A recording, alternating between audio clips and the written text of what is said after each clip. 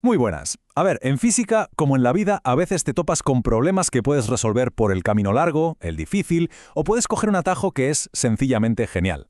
Pues hoy vamos a hablar de uno de esos atajos, la ley de Ampère. Y ojo, no es solo una fórmula más que memorizar, es una manera increíblemente elegante y potente de pillar de verdad cómo se relacionan la electricidad y el magnetismo. Venga, esta es la hoja de ruta que vamos a seguir. Primero, arrancamos con el descubrimiento que lo empezó todo, el que unió para siempre las corrientes y los campos. Después veremos cómo la ley de Ampère aparece como una solución brillante a un problema que era bastante lioso. La pondremos a prueba con dos ejemplos clave, el hilo infinito y el solenoide, para que veamos lo potente que es. Y de postre descubriremos cómo el gran James Clerk Maxwell le dio el toque final, completando una de las ecuaciones más importantes de toda la física. Bueno, pues nos metemos en faena. Todo este lío empieza por allá por 1820, con un señor llamado Hans Christian Ørsted. Y lo que descubrió, bueno, digamos que fue el pistoletazo de salida para una era completamente nueva, la del electromagnetismo. Fijaos, hoy Ørsted se dio cuenta de algo que hoy nos parece de primero de carrera, pero que en su momento fue una auténtica revolución. Estaba haciendo un experimento y vio que, al pasar corriente por un cable, las brújulas que tenía cerca se volvían locas y se movían. La conclusión era clarísima. La electricidad en movimiento genera magnetismo, y no de cualquier manera, sino que crea un campo magnético que forma círculos perfectos alrededor del cable. Claro, este descubrimiento abrió un melón importantísimo. Una cosa es ver que pasa algo y otra muy distinta es poder predecir cuánto y cómo. Y ese es el corazón de la física, ¿no? Pasar de la observación a la fórmula. La pregunta era, vale, genial, pero ¿cómo narices calculamos la intensidad de ese campo en un punto concreto del espacio? Hacía falta una herramienta. Y la primera herramienta que apareció fue esta, la ley de Biot-Savart. Es una ley potentísima, no nos engañemos, porque es universal. En teoría te vale para un cable recto, una espira, lo que te dé la gana. Pero claro, todo tiene un precio, y el precio aquí es que la matemática que hay detrás es para echarse a llorar a veces. Es el método de la fuerza bruta, ir sumando trocito a trocito la contribución de todo el cable. Preciso, desde luego, pero un auténtico infierno para resolver a mano la mayoría de las veces. Y justo aquí es donde entra nuestro héroe, André-Marie Ampère, con una idea que es pura elegancia. Se dio cuenta de que, para muchos problemas que tienen una geometría bonita, una simetría clara, usar la fuerza bruta era como matar moscas a cañonazos. Tenía que haber una forma más lista de hacerlo. Y esta es la ley de Ampère. Lo que nos dice es algo súper intuitivo y bonito. Si nos imaginamos un camino cerrado en el espacio, como si atáramos un lazo imaginario, la suma de cómo circula el campo magnético a lo largo de ese lazo es simplemente proporcional a la corriente total que lo está atravesando por dentro. Es una relación global, que mira el problema entero de golpe y se olvida de sumar trocitos. Para que nos entendamos, Biot-Savart es la típica llave inglesa ajustable. Te vale para todo, pero a veces es lenta y poco práctica. En cambio, la ley de Ampère es como un juego de llaves de vaso. No te vale para cualquier tuerca, pero cuando encuentras la que encaja a la perfección porque el problema tiene la simetría adecuada, el trabajo se hace en un momento. Es súper rápido y limpio.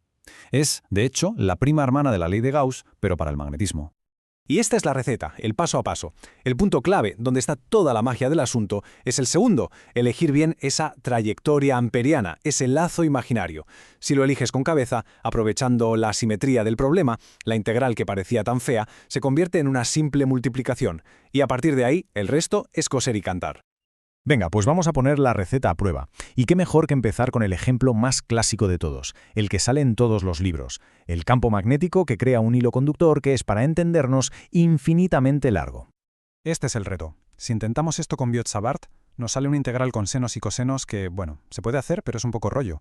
Pero con Ampère vamos a ver que la cosa cambia radicalmente. Lo primero, como siempre, buscar la simetría.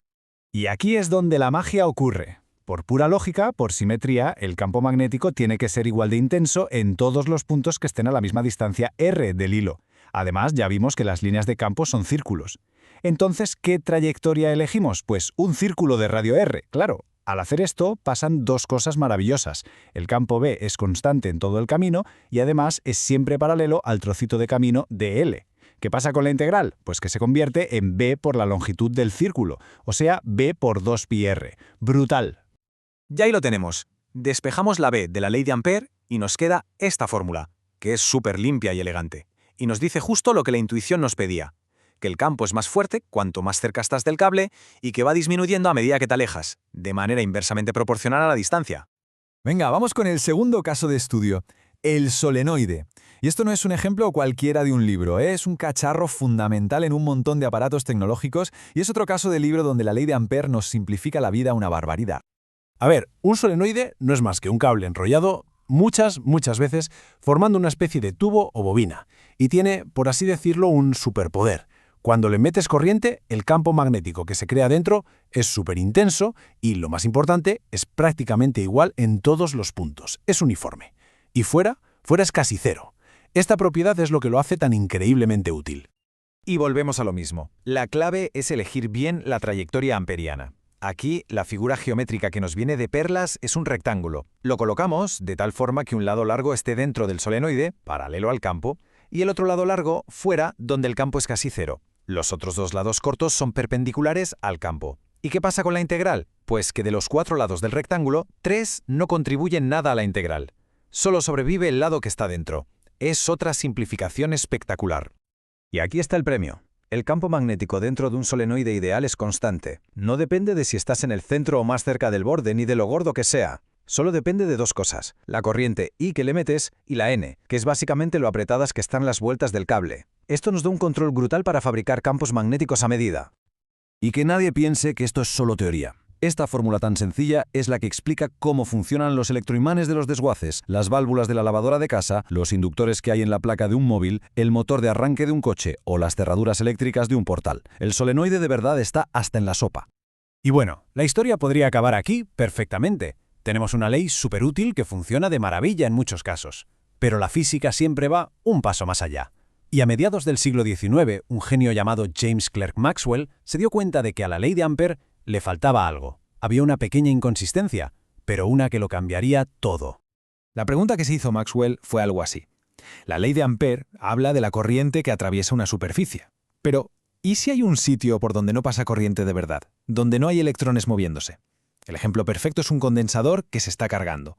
Por los cables llega corriente a las placas, sí, pero en el hueco que hay entre las 2 placas no hay nada, es vacío o un aislante. ¿Qué pasa ahí dentro? Y aquí está la paradoja. Si dibujamos nuestro lazo amperiano alrededor del cable, la ley funciona. Pero si estiramos la superficie que atraviesa ese lazo para que pase por el hueco entre las placas del condensador, la corriente encerrada es cero. Según la ley de Ampère original, el campo magnético ahí debería ser cero. Pero en la realidad los experimentos decían que no, que ahí dentro sí que había un campo magnético. La ley tal como estaba se rompía. La solución de Maxwell es, sin exagerar, una de las ideas más brillantes de la historia de la ciencia. Lo que propuso fue que un campo eléctrico que cambia con el tiempo también crea un campo magnético, como si fuera una corriente. A este nuevo concepto lo llamó corriente de desplazamiento. Mientras el condensador se carga, el campo eléctrico entre las placas es cada vez mayor, y esa variación, ese cambio, es lo que genera el campo magnético que faltaba por explicar. Así que Maxwell, ni corto ni perezoso, añadió un término nuevo a la ley de Ampère. Ahora, la fuente del campo magnético no era solo la corriente de toda la vida, la de los electrones, sino también esta nueva corriente de desplazamiento, la que viene de los campos eléctricos que cambian. Y con este añadido, la ley se convirtió en algo completo, universal y correcto en cualquier situación.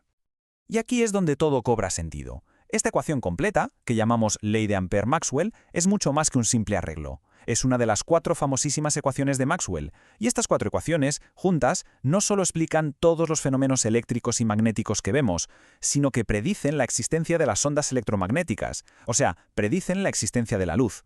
Así, un atajo matemático para calcular campos magnéticos acabó siendo una de las claves para entender la naturaleza fundamental de nuestro universo. Casi nada.